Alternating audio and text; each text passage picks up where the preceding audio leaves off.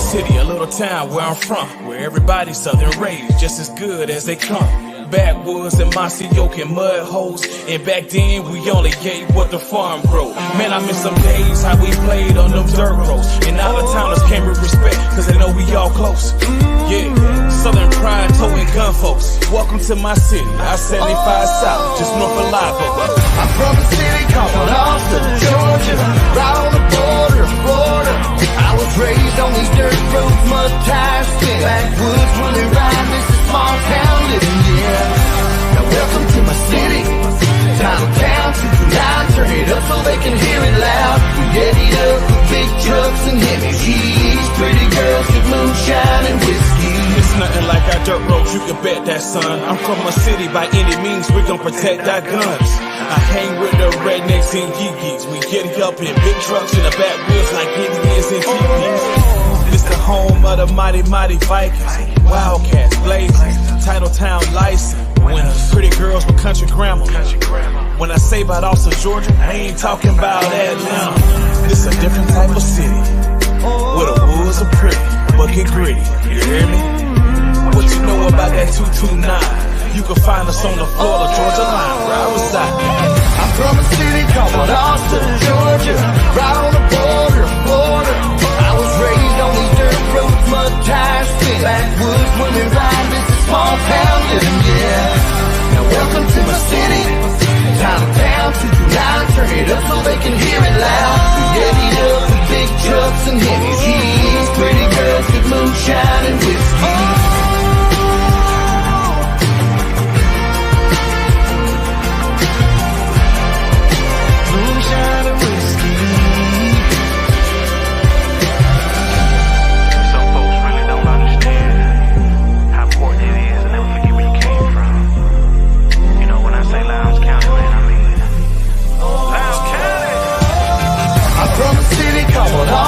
Georgia, right on the border of Florida. I was raised on these dirt roads, mud tires, backwoods, when we ride this small town living, yeah. Now welcome to my city, time town, tonight, turn it up so they can hear it loud. We get it up with big trucks and heavy G's, pretty girls with moonshine and whiskey.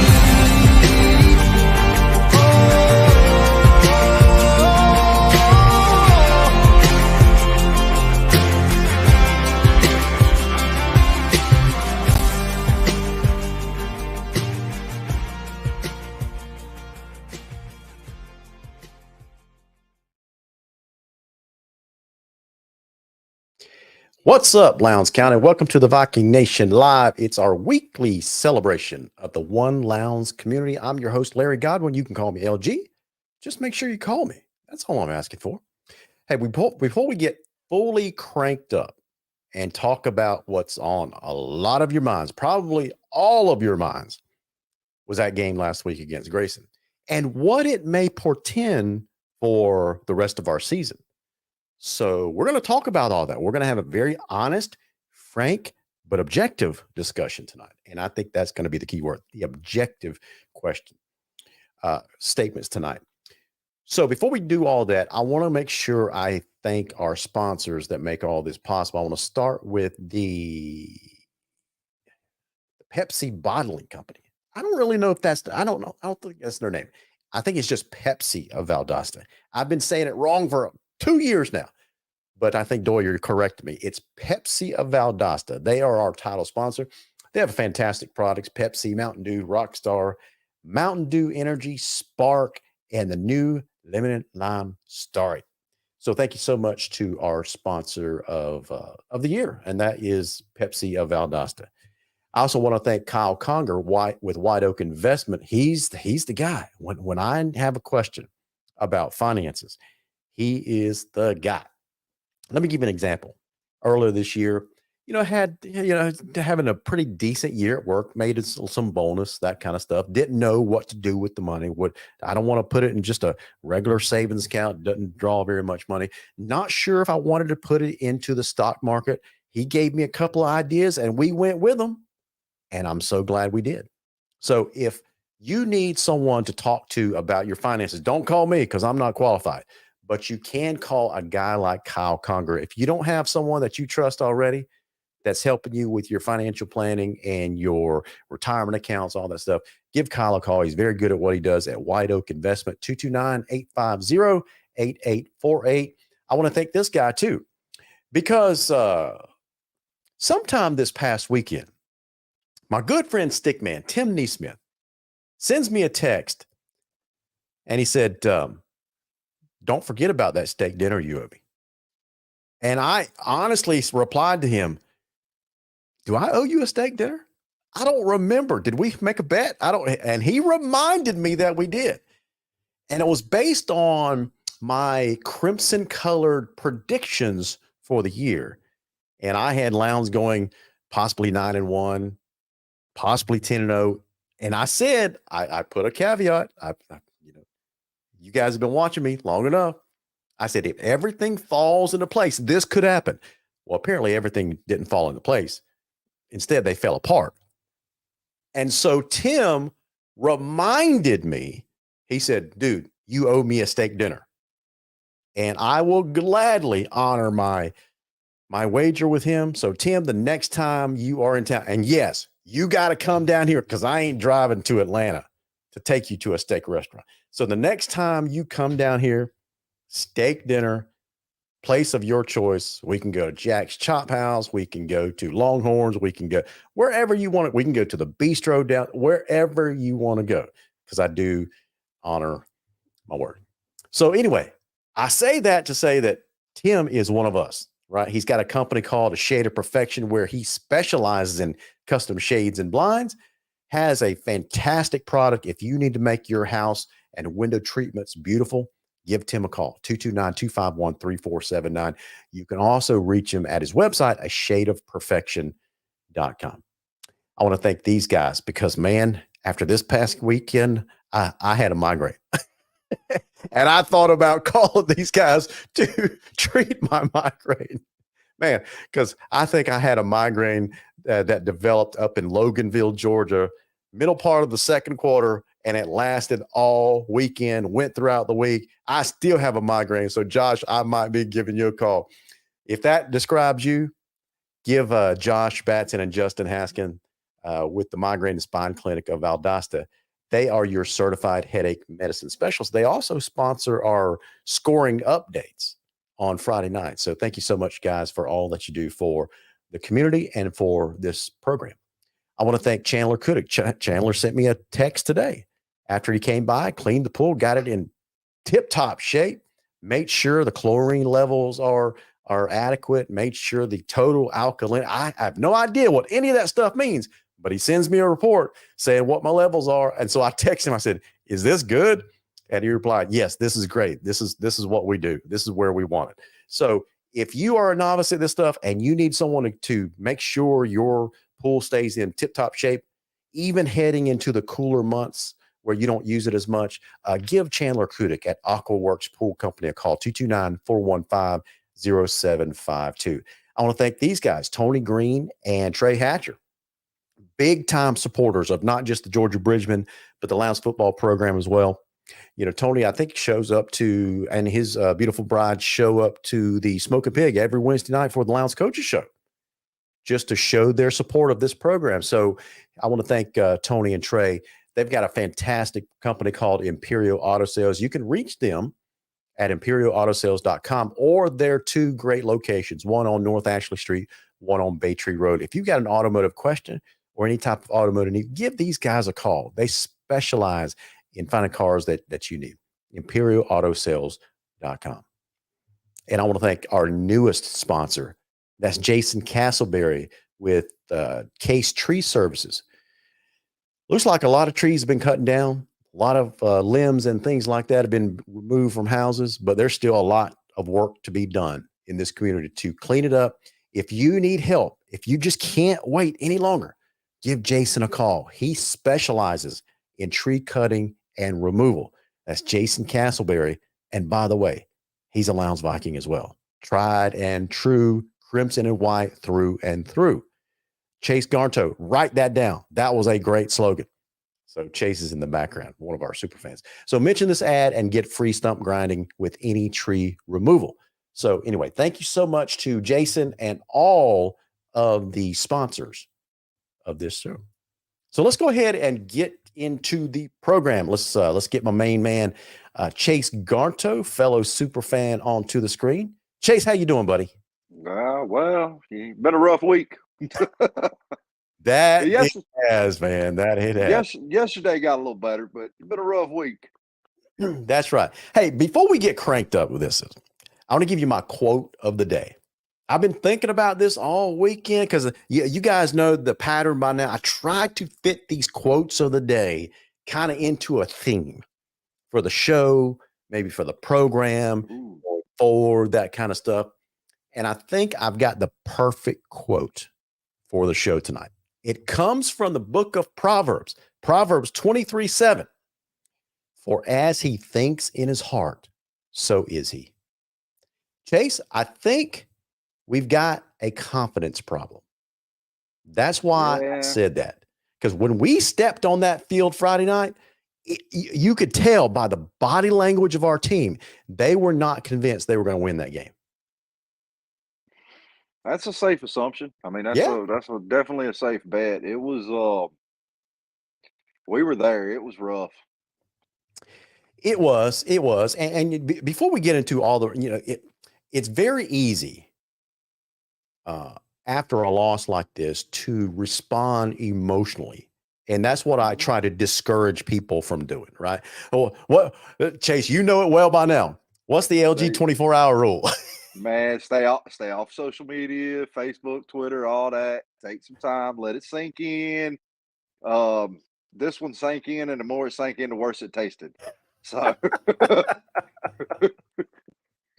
I hear you, man. I hear you. Man, it just All right, listen. Some of these guys have beaten me to the punch as far as our giveaway. Listen, I'm so flustered this week, Chase, that I got like 1,000 thoughts going through my head, and one of them, sometimes I forget about our giveaway.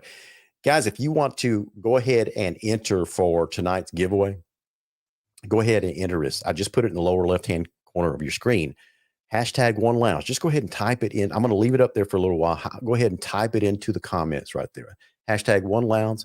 You guys know the routine by now. In case you're new or if you forgot, don't put any spaces. Just #OneLounge, just like you see it right there on the screen. So good luck to everybody that's watching tonight. And you don't have to be present to win, although I want you to stick around for the whole show because I think you're going to value tonight's show. We got a lot to say, and we're going to open up the phone lines, Chase, and we might be completing a thought, but if someone calls in and wants to get something off their chest, wants to ask a question, wants to maybe praise the team, so show your support, whatever you guys want to talk about, give us a shout.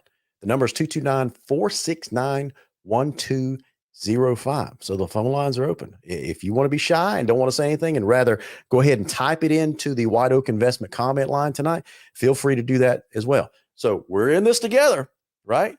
Sometimes the Viking ship has got a little hole in it, and we got to work together to make sure it's patched. We got to patch that and move forward, right? Move forward. We're going to need some good carpenters. So if y'all are out there, you might want to sign up now.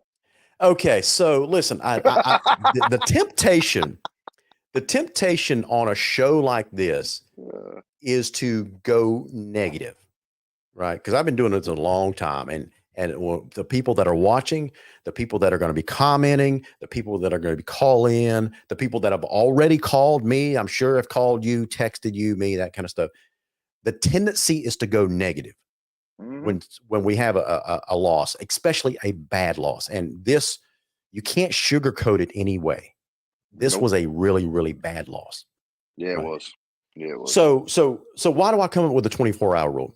Because, man, that whole Friday, it was such a long trip to Loganville.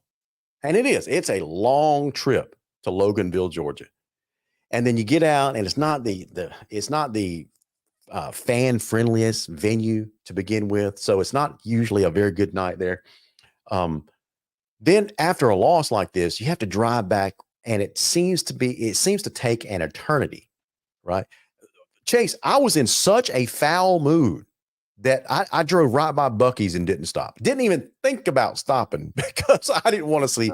I didn't want to see any Lounge fans. I didn't want to see anybody. I didn't want to talk to anybody. Although people called me, asked me all the way back home. I think you and I talked one time. It's like, well, what do you think? And I kept it generic as much as I could because of that 24-hour rule. Because if I would have said anything, it would have been straight from emotion, and that you usually say things that you wish you hadn't said if you say it right after a loss, right? So I had a chance to process it over the weekend. And our buddy Cole Moore, we can always count on Cole to lift me up when I'm down. No, seriously, Cole is a really, really good guy. He is. I love Cole. He did pick on me a little bit. Oh, yeah. I think it was Cole. He said, this is what he said. He said, since Lowndes has lost since Lowndes has lost 2 in a row, do you need 48 hours? He was, man, we're having fun tonight. He was picking on me, but I wasn't falling for it. The only way I responded was go Vikings. Oh, Lord. Yeah. Yeah. Cole was trying to call both of us out on social media after that one. I didn't fall for it. I didn't bite. I didn't. I just erased the notification, kept moving. There you go. That's really the only way that you handle it. Because I heard from other folks. I heard from a couple of Colquitt County fans that just happened to want to know what my thoughts were at the time. That kind of stuff. Yeah. Listen, I'm a fan just like you guys are. And so after a loss like that, I'm as emotional as you guys are. Because how do I know that you're emotional? Because you call me and you tell me.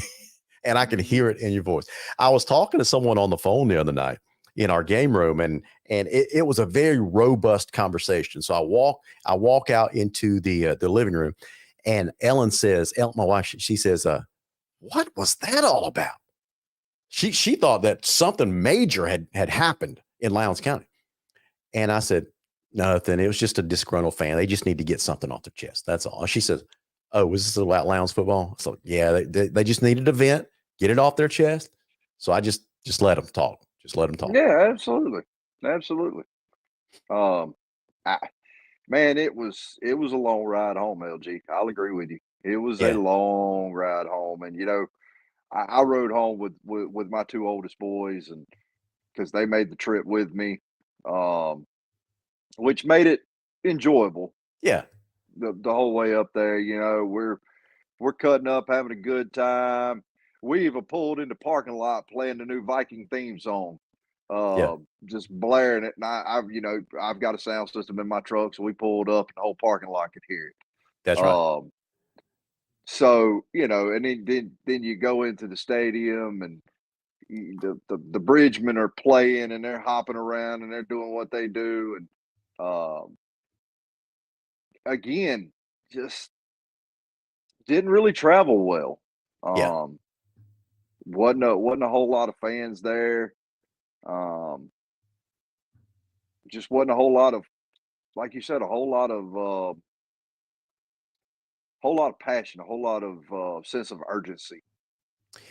Yeah. So what I thought I would do is actually play a clip from. So what I'm going to do is play a clip. Dang it, I'm trying to get that. I thought I had this queued up just right. Pardon, Larry. He's having technical difficulties. It's been a rough week. Y'all bear with him. It has been a rough. Y'all bear with him. Not to mention he might be developing some timers at his age. So that's right. Okay, so here we go. What I'm going to do is this is from our friend of the show, Phil Jones. He does a fantastic weekly. I think he does it. I can't remember how often his regular show airs on ITG Next. He's been on our program before, Phil Jones. I used to be on his program as well, but he does a weekly podcast with a lot of coaches in this area, really all over the state. And Adam Carter is one of them. So I didn't know if you knew that he does a weekly podcast with Adam Carter after every game. And so this was about a minute and a half clip to start the podcast where Phil just said, Coach, how did the game go the other night? That kind of stuff. And this first clip is Adam Carter talking about, leading up to the game, what he thought. And Chase, he said something that that caught my attention, and he said it at the coaches show again last night. So I want to play this clip for you guys.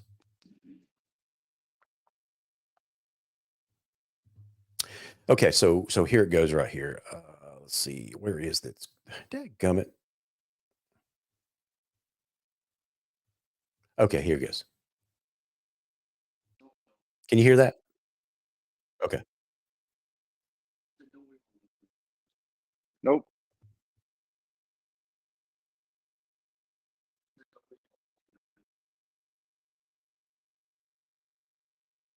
Still nothing, LG. What's that? Still can't hear anything. Oh, you can't hear it? No. Okay. Let me see. Hold on. Let's see. I don't know why that's not playing. Because I can hear it loud and clear. Oh well.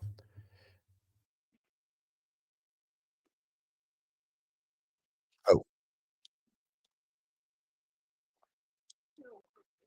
yeah. I'm not sure why the audio is not coming through. See, even my equipment, it was having it's like we hated that loss and we're not going to cooperate either. Yeah. It don't want to participate. That's right. So I'm going to tell you what it said. So he basically was talking about in retrospect, maybe the moment was too big for this team at this time, right? So you have to read into that. So he said something similar at the coaches show last night where, look, we thought we had them ready, but, looking back on it, we as coaches have to do a better job at getting these guys prepared for the moment. And what he was talking about, he wasn't talking about the fact that we were playing Grayson, because we played Grayson a number of times. We've got a history with Grayson throughout the years, right? But so it's not a matter of playing Grayson and being intimidated by Grayson High School, because we played them, we beat them up until this game. The last 3 meetings we've beaten them, right? We've beaten them there, we've beaten them here, we've beaten them everywhere, as Dr. Seuss would say. So what was he talking about? He was talking about there was something extra about this game, right? It was Carter returning to Grayson. Grayson was going to be taking this game personally. They were going to they were trying to make a personal statement. They were really, honestly, they were trying to embarrass Carter. I mean, to be honest about that, that's what their intent was, right? Yeah. So I think that's the moment he was talking about. It was a statewide stage, the potential for embarrassment. There was question marks about, are we really a good team this year to begin with? And so that's the moment that he was talking about. And then he goes on to say, we try to get them to drown out, just ignore all the noise surrounding this game and play football. They didn't listen. They didn't play football. So I'm thinking, is this a one-off? Is this a one-off because the game, just the moment was just too big? Or is this a trend with this team? You guys know me by now. On this show, I'm always looking for a trend. So, Chase, what do you think? Is this something that we're going to have to fight all year long, the psyche of a teenager, or is it just a one-off thing and we flush it and move forward? Oh man, how do I say this and be Tactful? nice? Yeah, be tactful. I look at that in a bunch of different ways, LG. Let's rewind the clock a little bit. Let's go back 10 years. Okay? 10 years ago, Mac was still the coach. Yeah. You had a bunch of studs on that team. And we were a really good football team. But those guys played for something different. Sure. Those guys played for the community, the town, the city. Um, I don't know what this team's playing for. I don't understand what they're playing for. That's the part I'm missing. I don't think it's a trend. I hope it's not a trend. I'm hoping it's just they looked across the field and saw these quote unquote D1 athletes and all these cameras running around. Because let's be honest, that was the most photographer and camera operations I've seen running around on a high school football field in a hot minute. There was a lot of them there. You got statewide TV with GPB Sports there. You had, I introduced you to a guy that we met, reporter for Rivals, Yep. was there scouting the talent that was on the field for, whatever they report. If you guys don't know, Rivals is kind of like Max Preps on the national level. They send a lot of reporters to local big games to scout out the talent. So he was there. Like Chase said, there was a lot of media presence there. So the moment was big. The stage was big. And you look across the field at Grayson, and I want to point this out because I don't know what all GPB showed. I really don't. Yeah. But when you looked across the field, those players were hooping, hollering, interacting with the crowd. Everything you think of about a big time high school football team, that's what they were doing. Yeah. They were involved in the game from end of the bench to end of the bench. Right. It just, I don't know, man. I hope I'm wrong. I do. I hope I'm wrong. I think we've got to get back to playing for each other and this community more than playing for yourself. That's the most. You think there's a tactful way lot I of that can- going on? Seems like it, because when you're playing as a cohesive unit, it shows. When you're playing as a bunch of individuals trying to play for yourself, it shows. Yeah. I saw a bunch of individuals and not a team. Here's my read into it. When I said earlier that we might have a confidence problem, here's what I'm linking it to: culture. I think, we asked on this show last week, does having 4 coaches in 5 years matter? And I think the answer is in now. It does matter. It does. It does. And- It and- 100% does. Here's why. Because you got Randy Mack, very disciplinarian type of coach, very hard nosed, old school coach. This is my way or the highway type of deal. Yes. Yes. Yeah. You got Jamie DuBose coming in. This is the way I read him.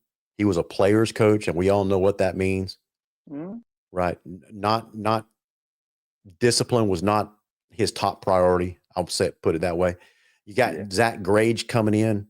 Discipline was his number one priority. It just seemed like to me outside looking in. So now you got a totally one. So you got Randy, very focused, disciplined guy. Jamie DuBose, not as much. Zach Grage, way over the top.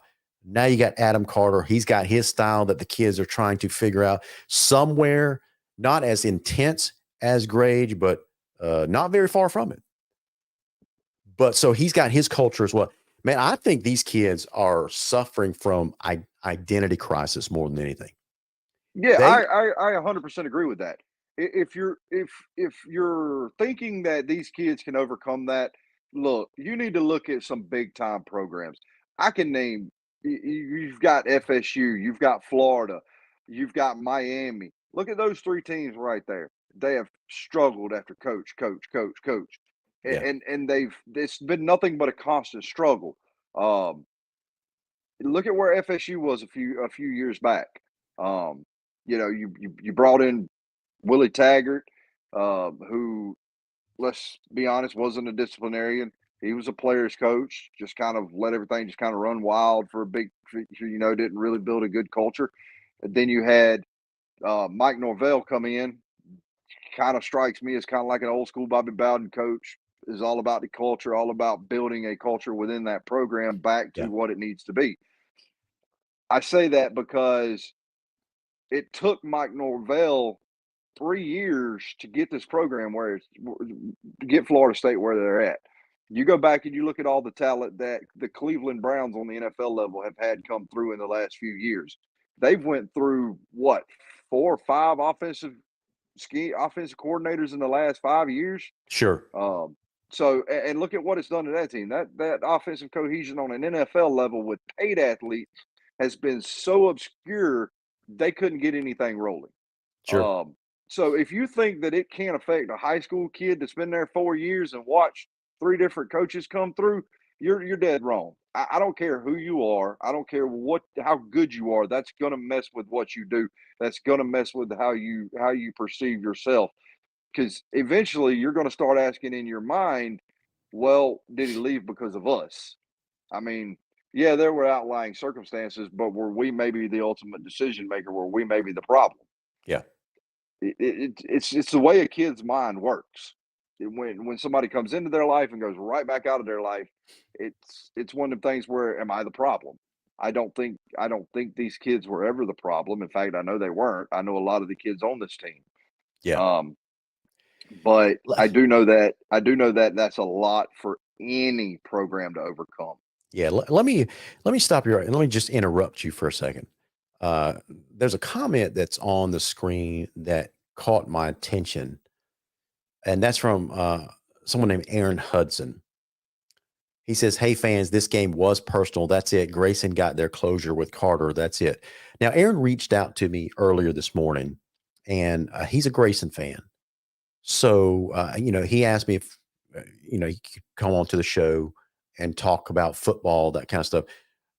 So, Aaron, I want to invite you to call into the show. First of all, I invite or I welcome all high school football fans. Doesn't have to be Lowndes to watch this show. We've got Valdosta fans. We've got Colquitt fans. We've got some Metro Atlanta fans that watch the show. So anyone is welcome to watch the show and call in at any time. So, Aaron, why don't you give us a call at 229-469-1205. The number is on the screen. Give us your take because you gave us a little bit of tidbit there about how personal this game was. So it seems like you have some insider information there on how personal it could have been. So why don't you give us a call? Let us know what's going on there so we can kind of have an idea. I think I know that, yeah, it was absolutely personal.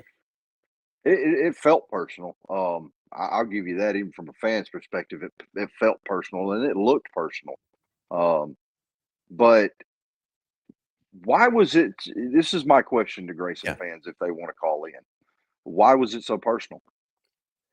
That's the question for me because coaches come and go all the time. I mean, look at the Grayson program. We've had a number of coaches in the last several years, right? Mickey Kahn. You got who else?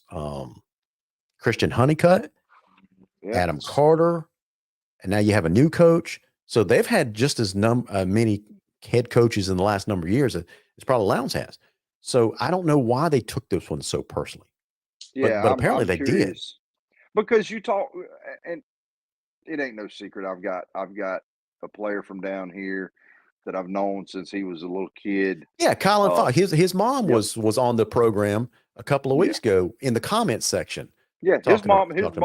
I saw Brandy at the game, gave her a big hug, told her I loved her, told her give Colin my best. I wasn't sticking around after the game just because of traffic and whatnot. But I told her, hey, give Colin my best. Boy, played a heck of a game. Turned into an amazing athlete. But she reached out to me. Jeff Dasher reminds us that Camden head coach Jeff Herron was at Grayson. Was he at Grayson 1 year or 2 year? I can't remember. But he had a star-studded team as well, and I think he won a state championship there with that athlete-laden team. So Grayson has had a number of head coaches. So I'm not sure what makes this one any. Yeah, I think different. Carter was there 3 years, maybe 2 or 3. I can't remember. I think he was there 3 years. I think because I think he came in. Yeah, I think he came in 3 years ago, if I remember right. And but Grayson gets athletes coming through there all the time. I mean, it is what it is. We know the whole story behind Metro Atlanta area teams. I'm not getting into all that. But Brandy Fox reached out after the game. I think it was maybe Saturday, Sunday. I don't really remember. Yeah. She reached out asking, I think she asked me how the fan base was reacting to it, and I was pretty much honest with her. Told her how the fan base was reacting, and her exact words to me was, "Give Coach Carter time." She says he's going to build it. He's he's real big on the weight room. He's real big on the underclassmen doing what they're supposed to do so they can build for the future. Um, so and I believe her. I really do. She spoke very highly even after Coach Carter announced that he was taking the lounge job and he was announced as the head coach. Um, she was she spoke very highly of Coach Adam Carter and Yeah. his family. She really did. She told me, she texted me, she said, "Y'all got you a good one." She says, "If y'all give him time." So I'm willing to give him time. I mean, I'm not even since the Grayson loss did I ever say, it's time for new head coach. I know fans that have. Um, Yeah. and, I and I I just keep looked and it I up. keep receipts. And I keep receipts. Yeah, I just looked up because that was kind of a question mark on how many years that Jeff Herron was there. So I just looked it up. Jeff Herron was there for 1 year in 2016. And right after Jeff Herron, Christian Honeycutt was there only 2 years. As a matter of fact, Adam Carter was there for 4 years. 4 years. Okay. So I really don't understand the animosity towards the guy at all. But as far as fast forward, he's at Lowndes, supporting the guy. At this point, Chase, I think it would be fair to say there's probably some in the fan base that are scratching their heads, some that are questioning the hire. But as far as I'm concerned, I told him last night at the coaches show, he and Molly, that I'm still 100% behind him because Yeah. I'm not one of these guys where you hire a guy 1 year and he doesn't do well and you fire him. That's crazy. No, no.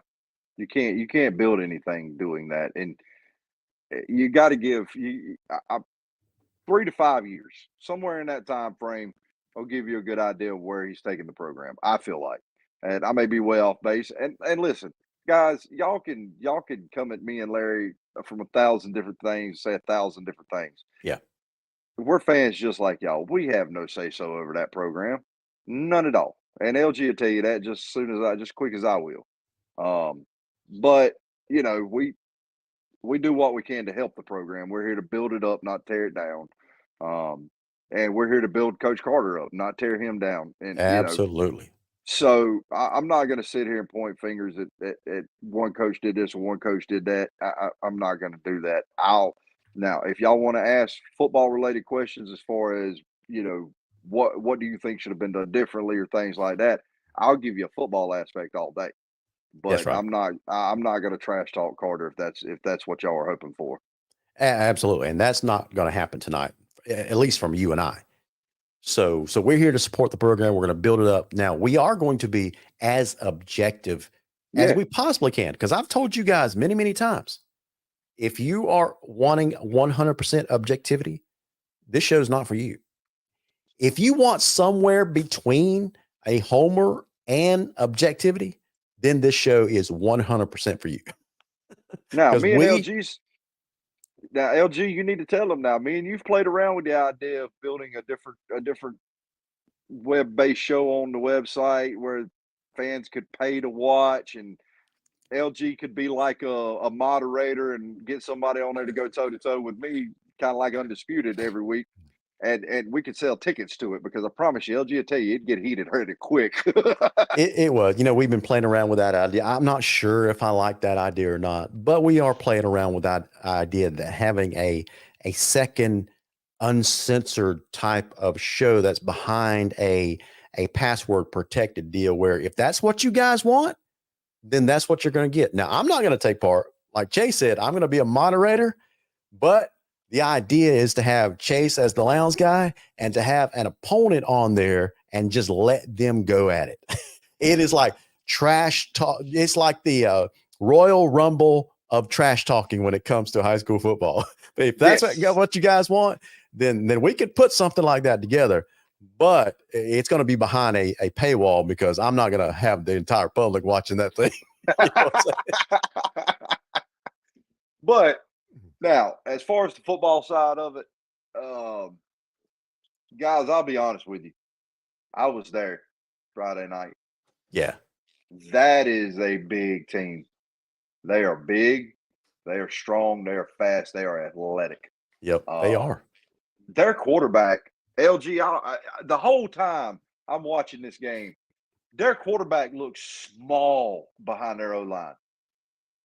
That's a fair assumption, correct? Massive. Look small. Look like he shrank. There was one play where he ran out of bounds on the Lounge sideline and ran through our guys and to the fence. And even my oldest son, who was in the stands, sitting just below your mom somewhere, I think, he even called me. He's like, "Dad, that guy is huge." I was like, "Yeah, I didn't realize he was that big either." Guys, he was as tall as some of our tallest players, and he's the quarterback. I'm glad you brought that up. Let's be honest. We have an undersized team this year. We do. When you compare, and the evidence is in. It was very, very noticeable in the last 3 games. It started with Gadsden County, and then it carried over into East Coweta, where we were overmatched as far as size goes. And then the Grayson Monsters. Now, we have played big teams before, but I can't remember a stretch where we've played 3 in a row that just had monsters on the offensive and defensive line like that. Yeah. And we are a bit smaller than we have been in the past. And that's not no knock at any kid on that team. Because God is only giving you what he's giving you. And you're doing the best you can do with it. Nobody's trying to fault you for that. I was having this conversation with another Lounge fan today. What happened to all the size that used to come through Lounge? Did it just? I don't understand it. We've always had big hog mollies up front, and defensive linemen that were just man eaters. Yeah. Now David Behringer's calling us out because he remembers what you and I said last week when he said, if I recall this right, he said, "I think we're small," and I jumped on him. You jumped on. I remember that conversation vividly. David, what we're talking about now is you were talking about players that are just small, meaning that they haven't put very much work in the weight room. That's not the case at all. I'm just talking about now as just size compared to some of these mammoth lines that we've been facing in the last 3 weeks. Will it continue? I don't know. Now, it will definitely continue against Valdosta because Valdosta's offensive line, I think, averages like 280 up front. They've got a very, very good run game. Right. And so I want to make sure we're clear in that because Carter brought this up last night in his coach's show. He said, I know there's a lot of fans that kind of downplay Valdosta right now because they lost to McEachern 28-7, but they did. But he said, guys, they had 500 yards of offense. They just turned the ball over 3 times when they got down in the red zone. So you clean that up, and I mean, they probably should win that game hands down. But give that to say that, Chase, we still have to find a way to win, right? Yeah, and I think you, in order for Lounge to win football wise, I think that you've got to adjust some of what you're trying to do offensively. I think it takes too long for some of our plays to develop, and some of y'all would agree. I think we got to find ways to get the ball into some of our playmakers' hands a little faster. Whether that be something quick, slants underneath, drag routes, whatever. You got to get your hands you got to get your ball into the hands of your playmakers, and you got to get them into the hands of your playmakers in open space. You can't get them behind a line. You can't. And we're just not a power run team. We're not going to be I don't feel like we're a power run team. I could be way off base. I just don't feel like we're a power run team. I think we're going to have to kind of differentiate ourselves and go to more of a speed team. Because we've got I think so, because we don't – I think the evidence is clear. We do not have a power run game this year. We just do not. I think I can say that with confidence where no one will get on to me.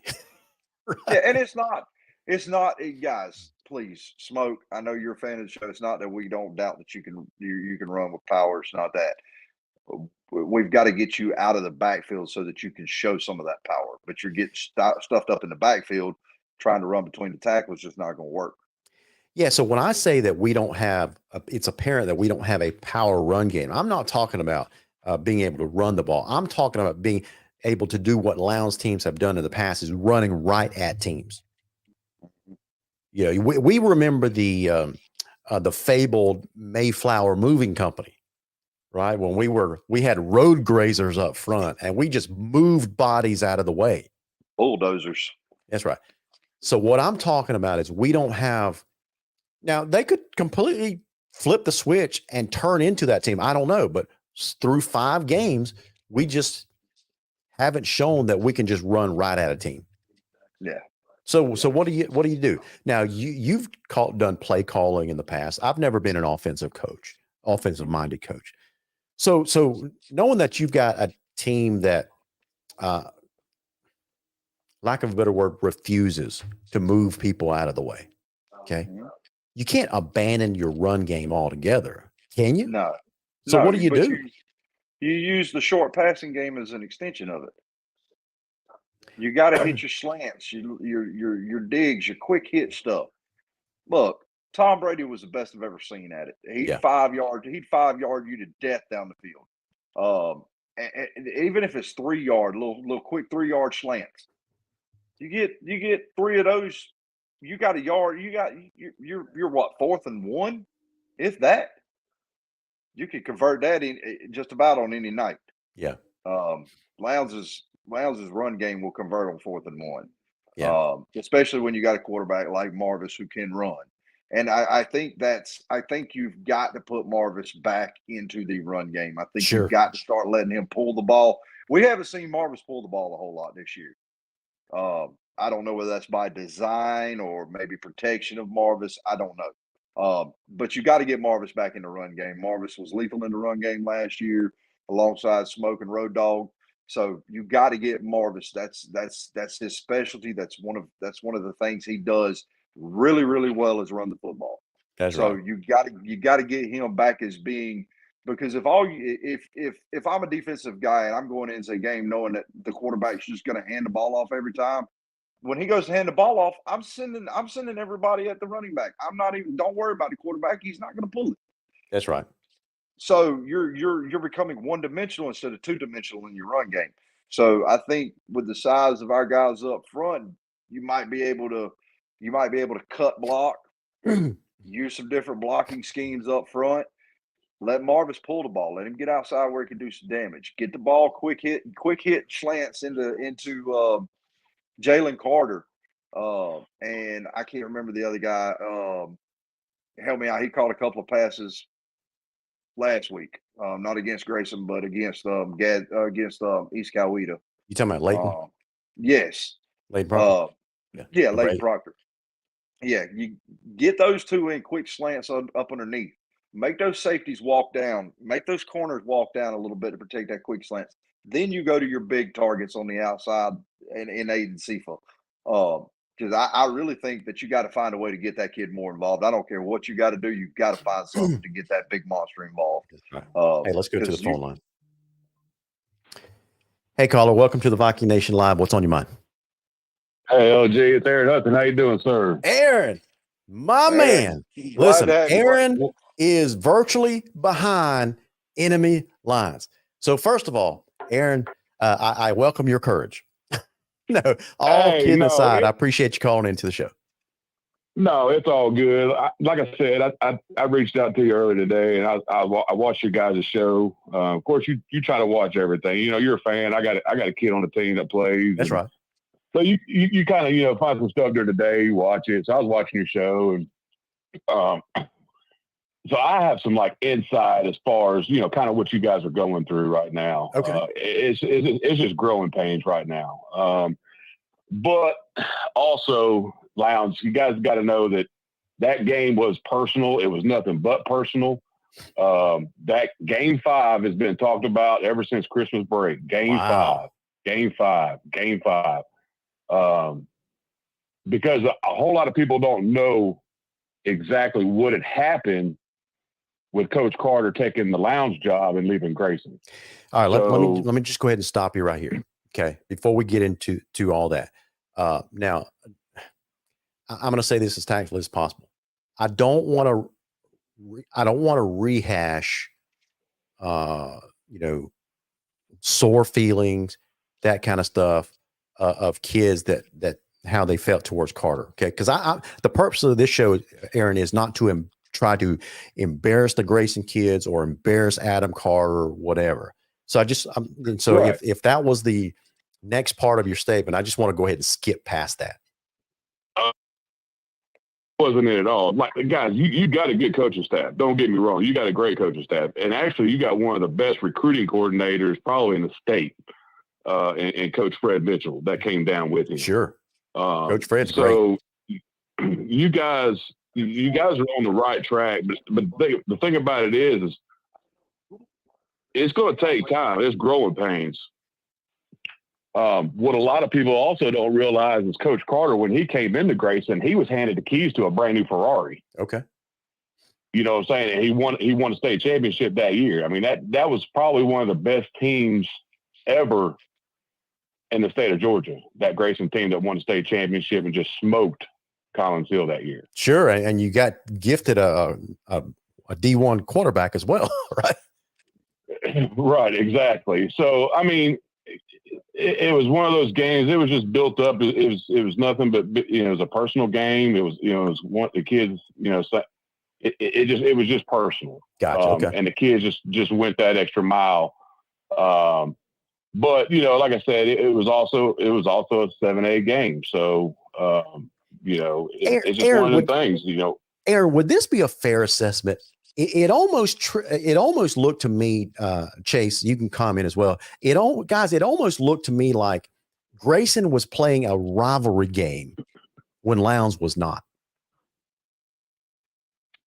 That's the way it looked to me. And Aaron, is it always that much of a fanfare and an involvement between the fans and the players on a Friday night in Grayson? Is that a normal thing, or was that just something because of what this game meant? To be perfectly honest with you, no, it's not. Look, when we came down last year to Lowndes, it was unbelievable. It was a atmosphere, and that I got to praise you guys. I got to praise your fan base because y'all have the community backing. Yeah. Okay. Y'all have that. And I wish we had that here. But we don't. So to answer your question, no, it wasn't the usual fanfare. Now, like I said, this whole game was built up. There were people in the stands because I was in the stands. There were people in the stands I ain't seen in years. This was billed as the Super Bowl, huh? So I'm just being honest with you guys. But when we came down there, my son plays, and when we came down there, he actually came off the field because I was on the sideline. I took the team down because I'm an officer, so I took the team down. I was on the sideline. He came off the field. He said, "Dad, I can't hear a damn thing." Oh, wow. So, and he's the one that snapped the ball. So y'all have a great atmosphere. Y'all have the community backing. Y'all got everything that y'all need. You just got to give Coach Carter and his staff some time. And don't get me wrong, Coach Carter, it's his way. It's his way or the highway. That's just the way it is with him. You know what I'm saying? He is I guess kind of more like a drill sergeant type coach. He's just going to beat it into him. He's going to beat it into him. I mean, it's his way. But as far as the fanfare goes, it was more than normal. But as far as the media that you guys were talking about, that was more common than anything. Okay. It seems like that's the way it is every Friday night. Just because of the number of athletes that you guys have. Yeah, well, we've got 19 kids on the team right now with D1 offers. Now, Aaron, I want to make sure that we completely understand it, because there is a difference between D1 offers and D1 star-studded offers, right? You guys have Correct. the D1 star-studded offers. Yes, D1 meaning D1 regular, and you also have your Power 5 D1 offers. And That's we've got right. several kids with the Power 5, star next to it as far as that goes. But I mean, there was, and you guys got about the same as well. I don't know as far as Power 5 offers. I don't know, but I know that you guys had a pretty good amount of offers as well. So that game was built. There was a lot of star power on both sides of that field. So, and it just basically came down to the willpower. Now, don't get me wrong. Coach Carter is all about getting in the weight room. He has a heck of a strength and conditioning program. The coach down there he brought, a lot of the coaches that were up here. So we know how they work. We know what they're doing, but you got to give these guys some time to get down there and do what they got to do as well. So just hang in there. It'll be fine. But like I said, when we came down last year, we were coming down expected to win. And I was talking to some of the fans down there, and everybody's like, y'all just hurry up and make this, quick and easy. And I'm like, well, it just depends on which team shows up. So yeah. You guys got a great atmosphere. You got a good thing going, but also what you guys don't realize as well is because we don't have a lot of community and fan supporters because we have a lot of schools within our county. Sure. So, I mean, we've got 26 high schools in our county. So a lot of people are exactly. So a lot of people don't realize where it's like, oh, there's nobody at the Grayson game. Well, that's because, every 5 miles there's a high school. So you got to kind of look at the demographics as well. So, you got that many high schools in one county and you got, Friday night football games going on and each Gwinnett County team's playing another Gwinnett County team. Well, guess what? They're going to be going to those games. Yeah. Yeah. So, I agree. So your message was this game was personal, but give Carter time. He will turn the ship around. Yeah, you've got a good coaching staff as far as that I know of. The ones he took from Grayson and went down with him, they're great coaches. So you just got to give them some time. And you guys are right. I saw it. Everybody else was saying it. The Lowndes is undersized. They were undersized. On both fronts. Up front on both sides of the ball. That's right. So that's right. It's just going to get some time. And I mean, I don't know what you guys have got coming up to the program, but also know that Carter was also heavily involved in the youth program as well here. Okay. It's good to know. So a lot of his coaches were coming out because like when my son was playing 7th and 8th grade, him and a couple of his assistant coaches were coming out, standing on the sideline, watching. They were getting involved. They were having camps, for the younger kids that are coming up through the program. So it all takes time. So, just hang in there. It'll be fine. I know it's rough, and I know everybody wants to win, and it's all about winning. Because, guys, you know as well as I do, 7A football in Georgia, it's a business now. It's a different animal. Yeah. Yeah, it is. I mean, you got coaches moving around everywhere. Coaches leaving, coaches coming. You don't know what's going on. Now, back when I played, I had the same coach. The same coach was there for 15, 20 years. Yep. Aaron, we may not know what's going on, but you know what? I definitely do know now. Now that when I drive through Gwinnett County and I get pulled over, I'm asking for Officer Aaron Hudson. I don't know if I'll be able to help you out on that. Just take it slow. I appreciate the call, Aaron.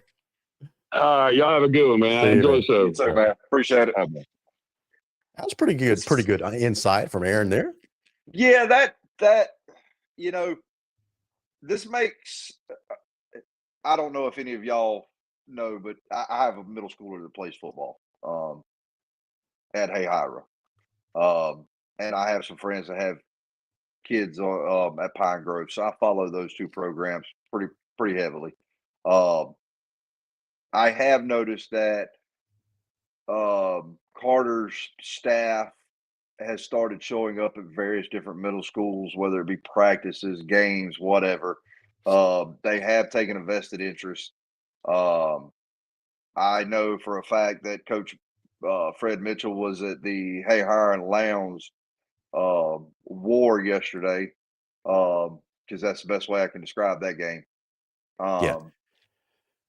And he was asking about players from both sides. I gave him what insight I had because he was standing there talking to me, as far as, who players were, who this player was, who that player was when he asked, and he was He was impressed by those two teams yesterday.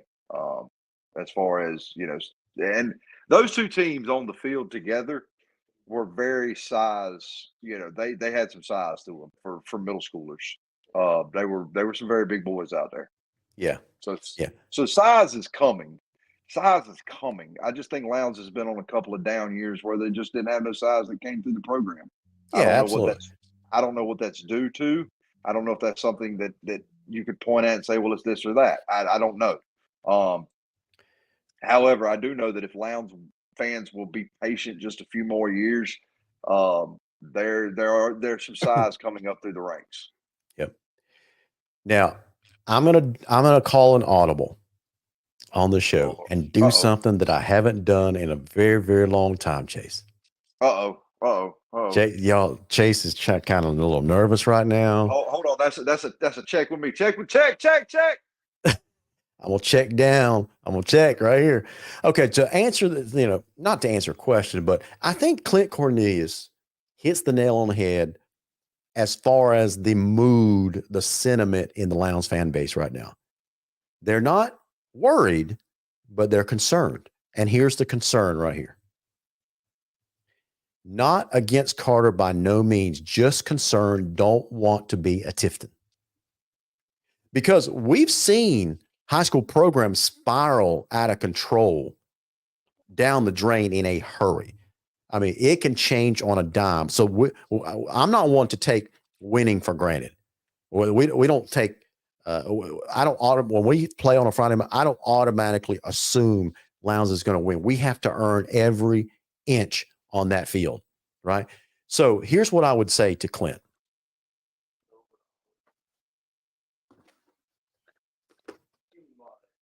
Hang on, boys. There's a new sheriff in town, and help is on the way. I can't do nothing with him guys. I can't do nothing about the cowboy hat. I don't know. Adam Carter is the new sheriff. He reminds me, he is the youngest old school coach I've ever met, Chase. Yeah, I'll agree with that statement 100%. And here's the thing, guys. The conversations that I've had with Coach Carter have all been positive. They have all been great. He loves it. He wants to see this program succeed. He wants good things for this program. He has visions and goals for this program that he will be able to accomplish as long as he has our support, as long as he has the fan support. That's right. And most of all, as long as he has the parent support. Yeah. And that's key right there. The community support has always been key to the Lowndes program. Grade started losing that support last year. Yes. But what I'm telling you guys now is the toughness will return to the Lowndes program with Adam Carter. If you spend 5 to 10 minutes speaking with the guy, you will completely understand when I say he is the youngest old school coach I've ever met in my life. He is nothing but tough as nails, right? Yeah, he is. And I think his personality is going to eventually rub off on these kids. Now, earlier in the show, I'm going to revisit, go turn back, revisit something I said earlier in the show, Chase. And that was, we're undergoing a culture shift. We're undergoing a culture shift at Lowndes football. It left when Randy McPherson left. Jamie changed it. Let's be honest about it. Jamie did a lot of good things for the program, but as far as culture-wise, it did change. Zach tried to rein it back in and change it, but he went too fast. And the kids weren't used to that because they'd already adopted a new mindset. Yeah. And now Adam comes in. He's this drill sergeant, but he loves these kids. You can tell he loves these kids. He does. Right? But he's got a different way of doing things. And you heard a guy that spent 4 years with him up there as an officer for the team, escorting this team back and forth everywhere he goes. So he's got some little insider information that and he tells us with Adam Carter, it's my way or the highway. And I think that's the exact type of program that we need right now. That tough as nails. Now, in 2 years from now, If we don't see a tougher group of kids, then I'll be the first to lead the charge. It might be time to do something different. But right now, after half a season, and I see the toughness in the guy, and he's trying to return that back to Lowndes football, I'm going to give him the benefit of the doubt. What do you think? Now, one thing I think we need to get away from there used to be a old school mentality that your upperclassmen were the only ones who played.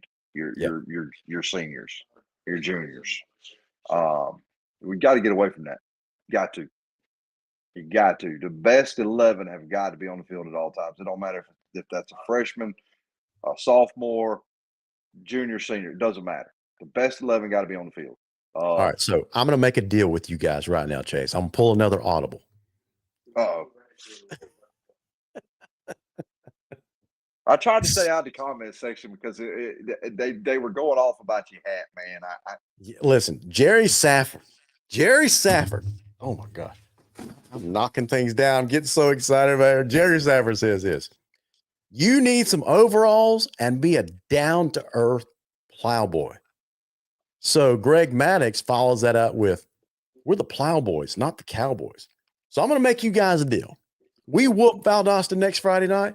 The very following show, I told you up front, Chase, I'm a man of my words. The very following show, we whip Valdosta. The very next Thursday night on that following show, I'm going to show up with a pair of overalls and a straw hat.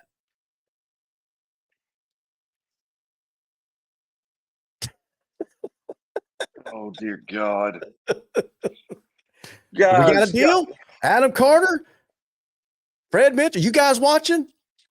We whipped the Viking. Oh, no, we whipped the Wildcats, and I show up on air with a pair of overalls and a straw hat, and I'm gonna do my very best plowboy impression. Yeah. Okay, I go along with that. You're not convinced? I'm just gonna be here just to read the comments. We're gonna have fun tonight. That night when we beat the Wildcats, we're gonna have a good time on that show the following Thursday night. Hey, well, we have a good time every show. Let's be honest. Absolutely, man. Absolutely. And here's another thing I wanna implore to our fans, especially our fans with kids in the program and kids on the team. And I'm guilty of it just as much as any other parent and any other fan. Yeah. If you want to badmouth the staff, if you want to badmouth a particular coach, I implore you, get on Facebook Messenger, reach out to me and Larry, and do it towards us. Yeah. Do not do it in front of a player. Do not do it in front of a kid in the program. Absolutely. What you're saying is if you just need to get it off your chest, call one of us. Just get it off your chest. Call one of us. I'll be more. If you message, say Chase, and most people call me Coach Chase, but if you email me or you reach out to me, you go, Coach, I ain't got your number. I send you my number. Call me. We'll hash it out right there on the spot. I don't care. I spend 99% of my day on the telephone anyways. It ain't gonna be nothing different. So all right, let's go into talk about Region 17A, a complete wrap up of that. So last week, Colquitt County, I guess the king of Region 17A is easier way to put it. The kings of Region 17A right now, Colquitt County Packers, they were cruising to an easy win over Cedar Grove, and all of a sudden, Cedar Grove decided to play some football, and the Packers won that game by one score. They beat Cedar Grove 50-42. And we've got some experience with Cedar Grove. Remember, the Saints came down to Martin Stadium a couple of years ago. That's a tough as nails team right there. Yeah, they are. But still, we weren't there. We don't know. Maybe Colquitt County had pulled the reins back on the offense. Maybe they had made maybe they put some underclassmen in to get some playing experience. So we don't know. We don't know how Cedar Grove come back. I still think Colquitt's the second best team in the state based on the eye test and based on what they bring to the table. Yeah. So right now they're 5-0. They've got a homecoming game against Lincoln County, Florida. You know, they're one of those Tallahassee teams. They're going to win that one pretty easily. Go to 6-0. Camden County, they defeated Atlantic Coast 47-7. They don't play this week. Richmond Hill, they lost to Coffee County 21-0. They don't play this week. Valdosta is 4-2. They lost to McEachern 28-7. They don't play this week. And Lowndes is currently 3-2. Bringing up the end. Yeah, lost to Grayson 40-0. We don't play this week. Getting ready for Valdosta, and with all of the negativity, we beat Valdosta. Everybody is happy again. Oh yeah, that's. Let's be honest. Lowndes could be 0-5 right now. We beat Valdosta. We think we're the cream of the crop, man. We think we were the state champions. Yep. And we got to keep in mind, has always been. And we have got to keep in mind that we are currently 3-2, but none of those were region games, right? No. So we enter now the second part of the season, which is region play. Now we do have one more non-region game against Dunbar that's going to follow the Valdosta game because of a weird scheduling quirk. But we're entering region play now, and this is really where the real season begins, right? So let's hope that let's hope that we learned a lot and we can make some mighty adjustments and just move forward. That's what I'm hoping for anyway. Now, we've been also, Chase, keeping track of what Region 4 has been doing, because that's the region that we're going to see in the first round of the playoffs. So the Newton Rams are 5-0. They didn't play this week. Now, we've got an interesting game this week because Grayson is right behind them at 4-1, although those are non-region games. This Friday night, Grayson will be hosting the Newton Rams. So that is for the top spot in Region 4. So keep a very, very close eye on that. Why? Because if just complete disaster happens the rest of the season and we end up as a 4 seed, there's a good chance that we go up there and play Grayson once again in the first round. Yeah. I haven't seen Newton play. I've seen Grayson play. But from all aspects, Newton seems to be pretty good this year. So that should be a barn burner for the ages right there, honestly. Absolutely. So just to wrap up Region 4, Parkview is currently 4-1. They lost to Mill Creek 30-20. They're at South Gwinnett this Friday night. South Gwinnett is 4-1. They lost to Norcross. They'll be hosting Parkview. Brookwood is currently 3-2. They beat South Forsyth, and they'll be at Archer. Archer is currently 2-3. This is kind of surprising to me. Archer is currently 2-3. They didn't play. They're going to be hosting Brookwood. So that's a wrap up of Region 4. Now, here's the wrap up of the composite rankings for Class 7A. You got Buford. No one doubts this, but Buford's at 5-0. Mill Creek and Walton are tied for the second spot. Mill Creek's 5-0. Walton is 4-0. Colquitt County is 5-0. They're ranked number 4. Newton is 5-0. Remember, Newton is going to be playing with Grayson this Friday night. Newton is currently ranked number 5 at 5-0. Carrollton is 5-1 at number 6. Grayson is 4-1 at number 7. Parkview is 4-1 at number 8. Westlake 5-1 at 9. North Cobb 3-2 at 10, Norcross at 4-1 at 11, and Peachtree Ridge 6-0 to round out the top 12. So that's your rankings for Class 7A.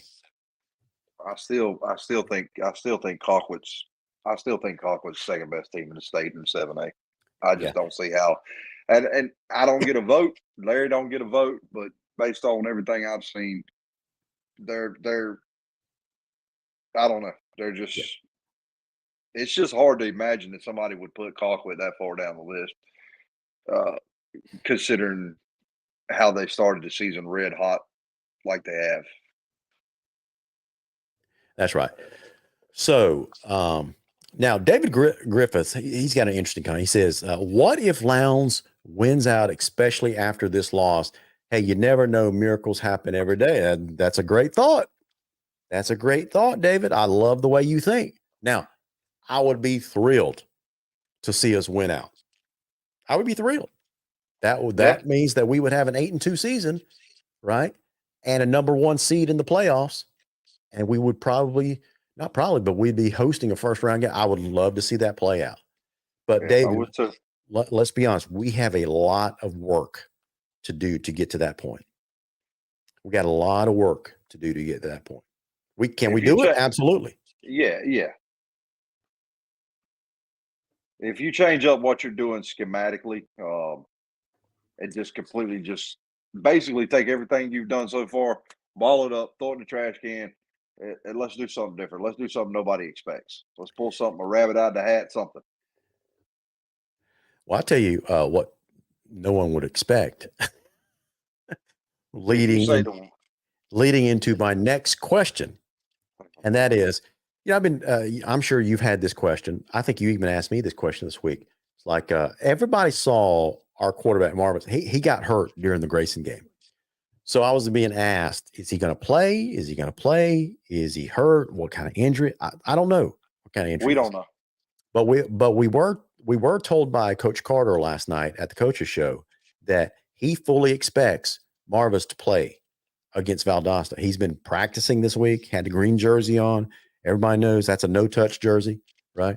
So, but he has been practicing. He emphasized that a couple of times, and we do expect him to play. Now, as a fan, trying to pull a rabbit out of my hat to try to do something, is it time to shake up the quarterback position and roll the dice and put in your freshman quarterback in Jace Johnson? I don't know, man. I'm just asking the question out loud. I don't know if that's going to happen or not. The odds are against that because that's a heck of a environment to put a truly green quarterback in, especially one that didn't grow up in this system. I like the idea personally. I think it shakes things up, and sometimes you need that. You need to shake things up to sometimes pour gasoline on a little small flame that's burning to see if you can turn it into a raging fire. I don't know, man. When was the last time a freshman started the Wintersville Classic? Probably the year Ja'Cory Brown was a freshman. Ooh. Did you just use a Ja'Cory Brown comparison? No. You asked me when was the last time a freshman. No. Don't do that. No. No. Don't do that. Don't do that. So Andy Powell's got an interesting suggestion. He says, yeah, let him play, but rotate the quarterbacks. Maybe it's time to play a 2-quarterback system. I don't know. Like I said, I'm not an offensive-minded coach. I just see what I see on the field, and I just see the quarterback position needs help right now. I don't know if the answer is the offensive line just got to give him better blocking, or we got to design a pass game that's more, short game based. I don't know what the answer is, but I do recognize the quarterback position does need help right now. I just don't know what the answer is. I don't either. But I do like the idea of shaking some things up. That is never a bad thing. Then that may help us. That may ignite the fire that we've all been hoping that can be ignited in this group. I will challenge some of the upperclassmen that are still there, and even some of the juniors that are still there.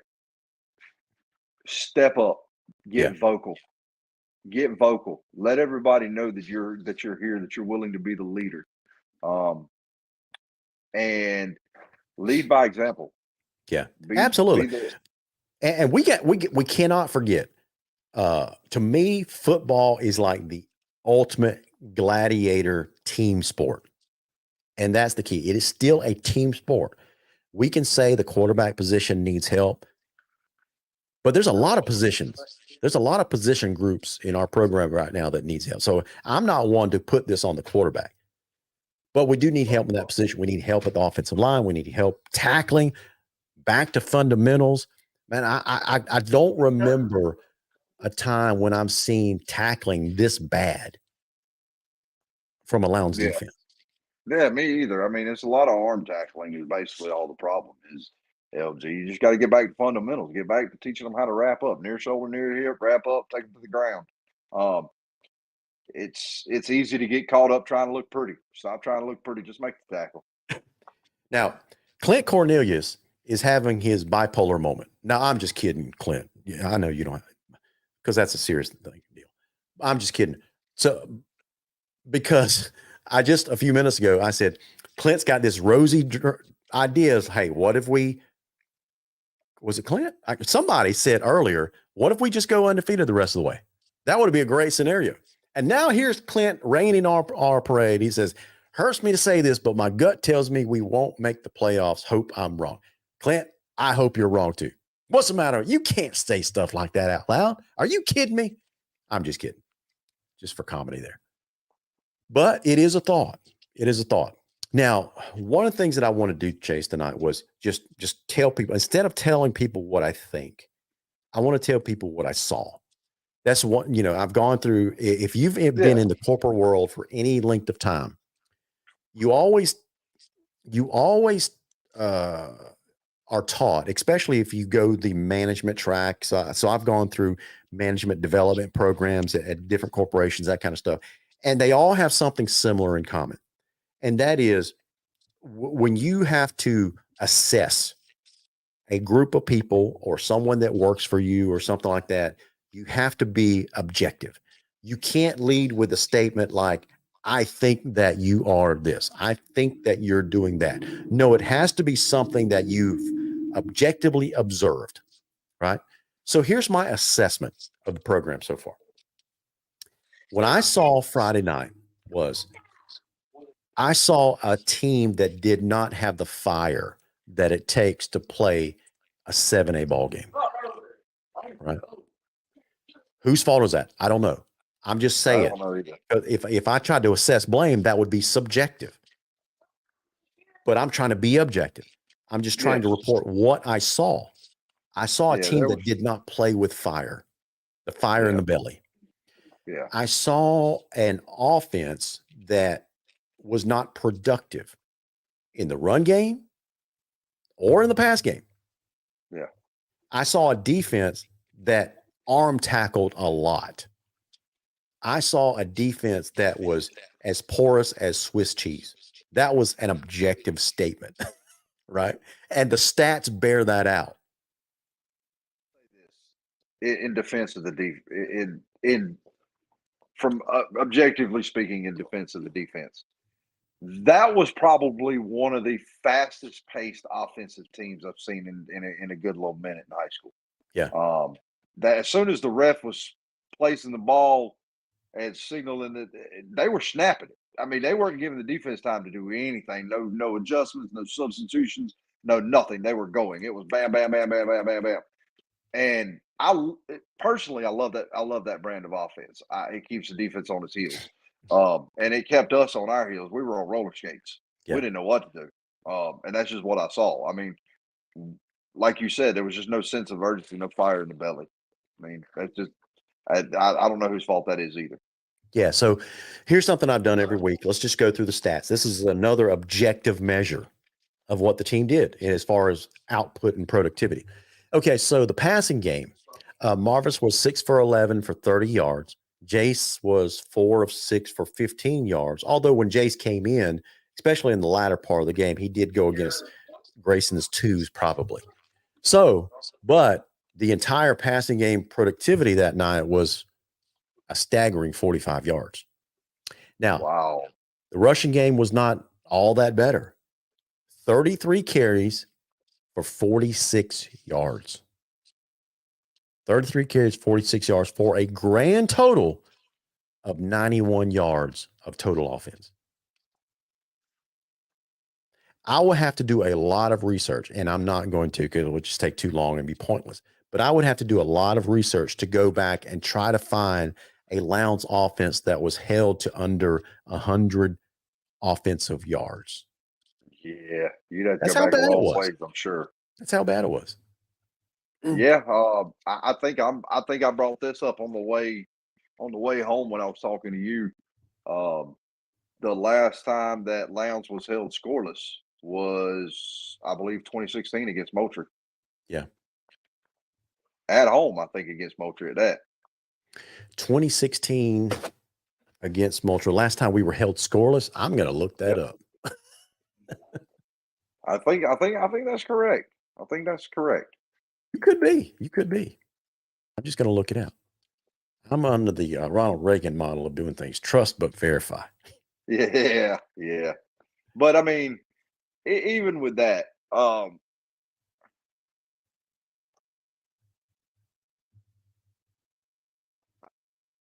I don't know.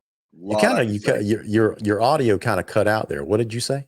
Yeah, lots I could say to some of the comments that's in the comment section, but I'm gonna pull back on the reins, and I'm not gonna go down that road.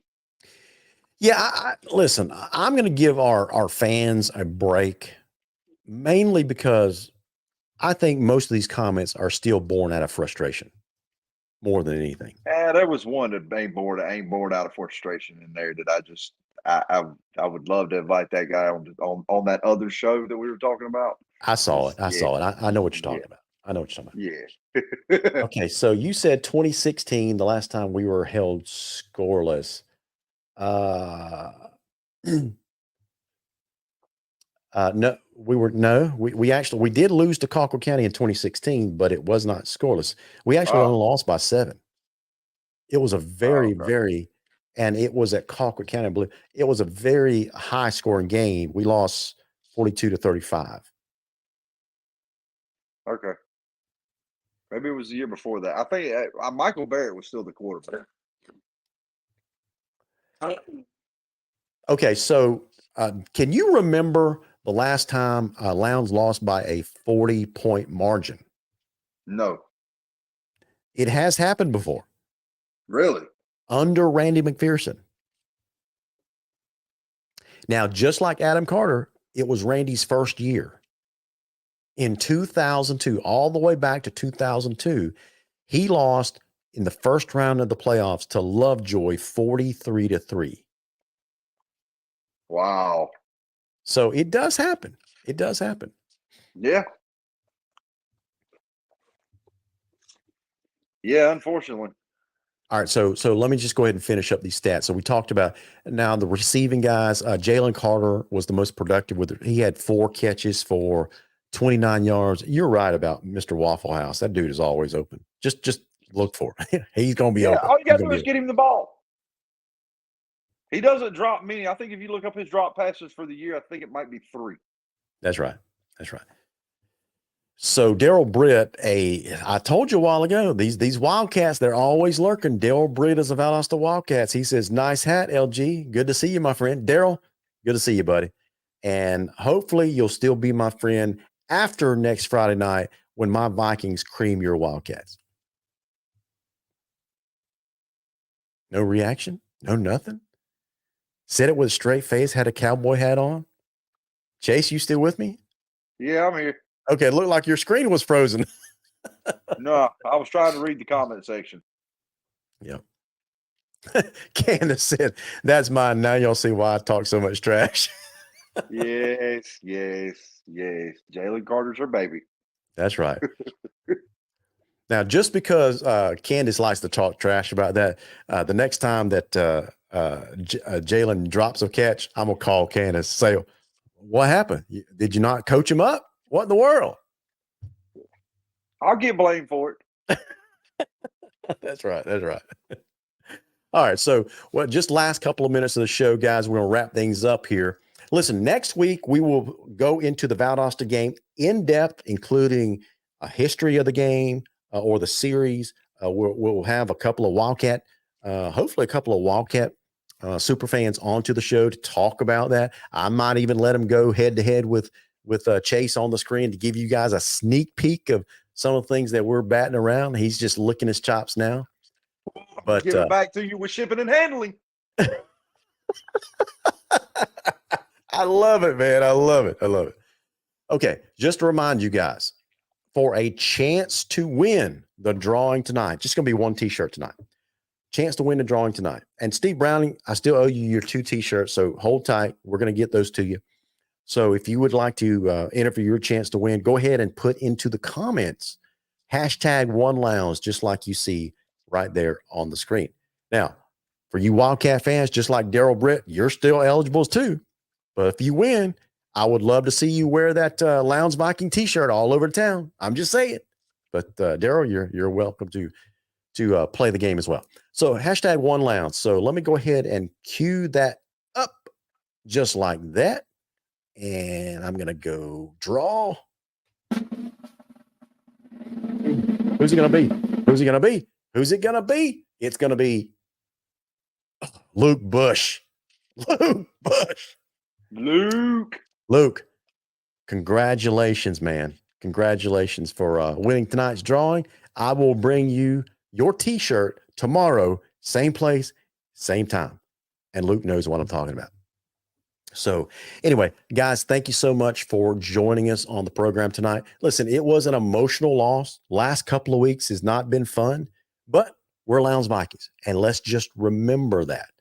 Okay. Hey, but on a positive note, LG, the Hayhire 7th grade team is traveling to Bainbridge Wednesday to play for their new conference that they're in, to play for their new conference championship. Oh, okay. Gotcha. They knocked off Lowndes in what I can only describe as a war yesterday. That was probably one of the best middle school games I've ever been privileged to see. Gotcha. It was like watching two heavyweights go toe to toe. It was throwing punches as far as figuratively, not literally. It was defense. Yeah. So you, Jody Hewitt, y'all are involved in the middle school programs, and I'm told that the middle school program, we got a lot of talent coming our way. Dude, you got an immense load of talent fixing to come into Lowndes in the next couple of years from the 7th and 8th grade crews from all three schools. Lowndes, Absolutely. Pine Grove, and Hayhire. There's a lot of size coming, a lot of speed coming. There's a hard-nosed running back that kind of reminds me of Gary Osby with a little bit more speed. The kid just bounces off tacklers, and a kid named Jahari, I can't remember his last name. Carter. Jahari Carter. Gotcha. He's a running back at Hayhire. The kid it runs with all heart, all gas, no brakes. Couple of nice quarterbacks coming through, couple of nice receivers, a lot of good sized linemen. Well, with that said, we're going to wrap it up for tonight. Listen, I want to thank our special call-in guest, Grayson fan Aaron Hudson. Aaron, thank you so much for serving your community in the capacity that you do, keeping your community safe, and then two, for calling in to a lounge show tonight after you guys had a fantastic win up at your place. Thank you so much for the compliments for Coach Carter and our Lowndes Viking program. Best of luck to you guys the rest of the way. Hopefully, I won't see you in the playoffs. Hopefully, Grayson will be knocked off and it'll be smooth sailing for us. But on a more serious note, I really do appreciate you tuning into tonight's show, and thank you so much for calling. For the rest of you Knucklehead Viking fans out there, have a great weekend. We're off tomorrow night, so if you can't catch a high school football game in the area, just enjoy some family time with your family. Recharge. What, Chase? There is one high school game here tomorrow night that I know of. Who's that? Valwood plays Tift Area Academy at home at Goddard Field or whatever it's called. I may go catch that game. I'm not sure yet, but because I would love to see Tate Snellgrove play quarterback for Valwood. Yeah. So I've called on his mom there for years, and Snellgroves. I love that family, and so I would love to see Tate. Now, obviously, I would love to see him in a Vikings uniform, but I would love to see him play quarterback. Anyway, there you go, guys. If you want to go check out Valwood tomorrow night, they'll be hosting one of their rivals, the Tift Area. What are they? The Tift Area what? Cougars and Bears? Panthers, something like that. Panthers, Tift Area Panthers. That's it, I think. So anyway, good luck to Valwood tomorrow night. And for the rest of you out there, may God bless you guys. Find a church that you can visit this Sunday. And as always, go Vikings.